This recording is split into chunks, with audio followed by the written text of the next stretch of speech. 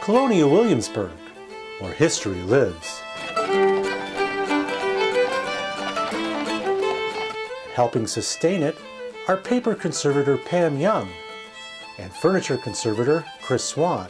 Buffalo State brought his future into focus. The graduate program in conservation links you directly to the programs and the museums in the field that help you to place you. It's an intense program, and for me it was full immersion morning, noon, and night. For Cooperstown graduate Pam Young, a career in conservation holds its own currency.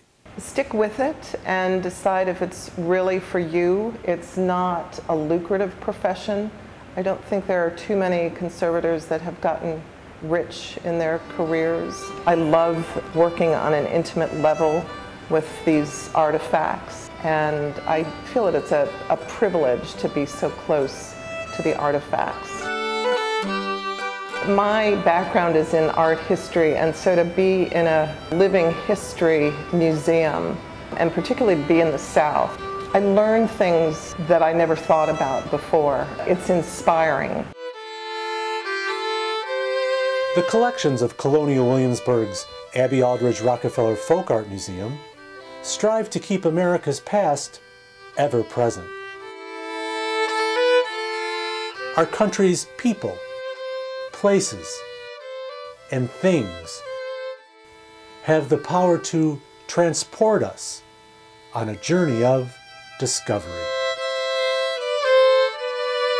I think it's generally important to tell the stories for our future. These are pastel portraits by an English artist called William Aldrich. For us to know who and where we came from. All these are Virginia sitters.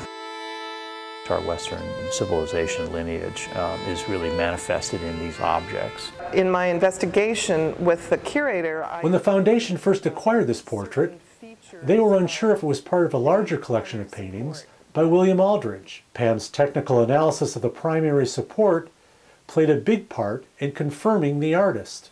So associating the similarity of all the materials and technique has helped us determine that this, in fact, is by the same artist, William Aldrich. A conservator's work is hidden in plain sight.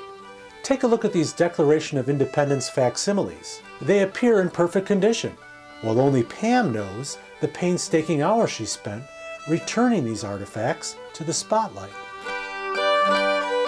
The mark of a good conservator is that their work is not obvious. A lot of the intent of the artist is lost here, so we're trying to regain some of that. People like to leave their imprint on things. You know, it's common for people when they interact with a material to want to make it a little better than it was. We happen to have acquired a pair of these blue ones, and they were both in roughly the condition that you see the one on the right.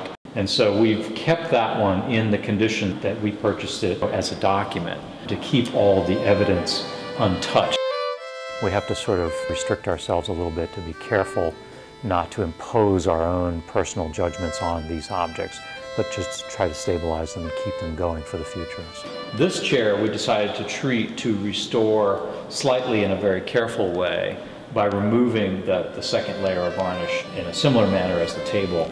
Our collection, I think, looks as though it's very well cared for due to the conservator's work.